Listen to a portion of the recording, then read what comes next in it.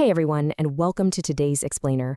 We're kicking off an awesome journey today, focusing on how to make brand new connections in English.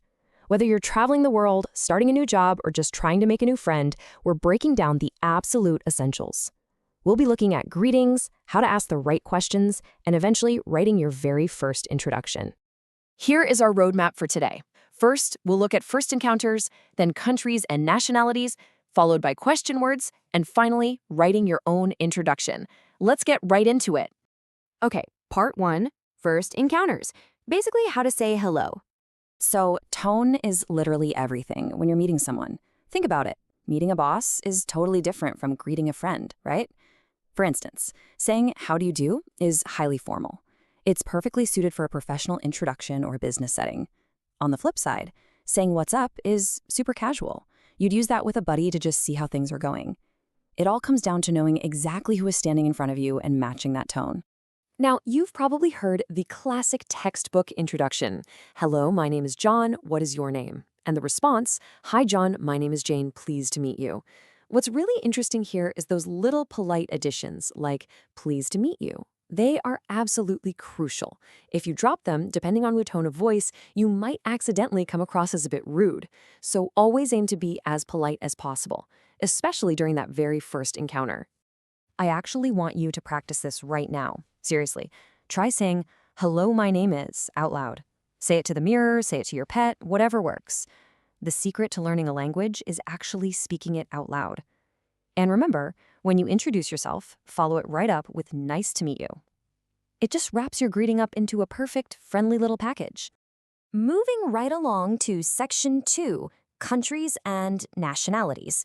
Or, in other words, how to ask, where are you from? Okay, so in everyday casual conversation, we usually just say something like, I'm from Ireland, or I'm from Afghanistan. But there's a much more formal word you need to be aware of, and that's nationality. Now, you probably won't hear people use that word much while grabbing coffee, but the second you step into an airport or fill out a visa application, that word is going to be everywhere.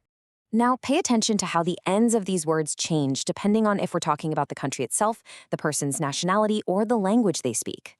Take Ireland, for example. The country is Ireland, but the nationality adds an ish to become Irish. Or Ukraine, that adds an ian to become Ukrainian.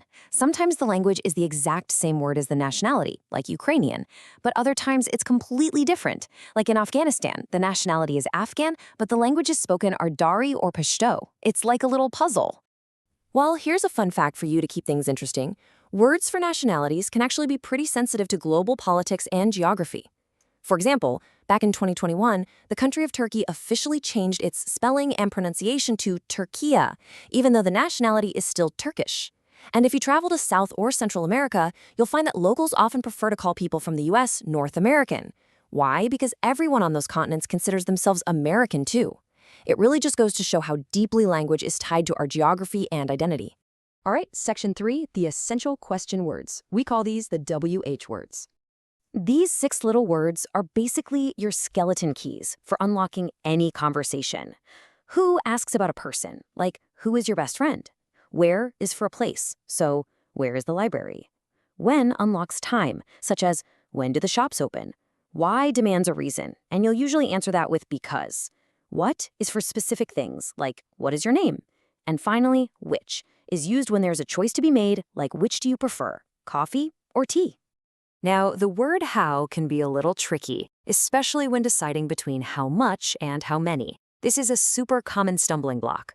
Here's the trick. Use how many for things you can physically point to and count one by one, like days or brothers and sisters. But use how much for things that are conceptual or flow, what we call uncountable nouns. You can't hold a single money or a single time, right? So we ask, how much time do you have? Or how much money will I need? That brings us to our fourth and final section, writing your personal introduction. Let's put it all together. When you really think about it, filling out a digital application form with your first name, last name, and address is literally just a written version of introducing yourself. But remember what we said earlier about formal versus casual?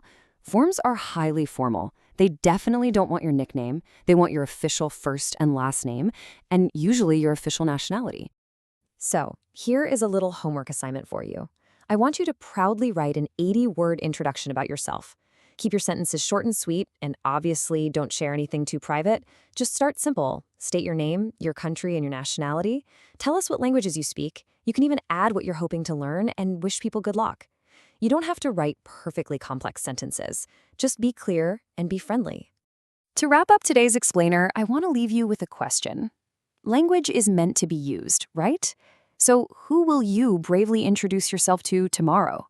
Maybe the grocery store clerk, a new classmate, or a neighbor. Take that 80-word introduction you're going to write, pick out a couple of key sentences, and just try saying them out loud to a real person. You've got the vocabulary, you know the polite phrases, and you know exactly how to ask the right questions back. Now go out there and make a real connection. See you next time.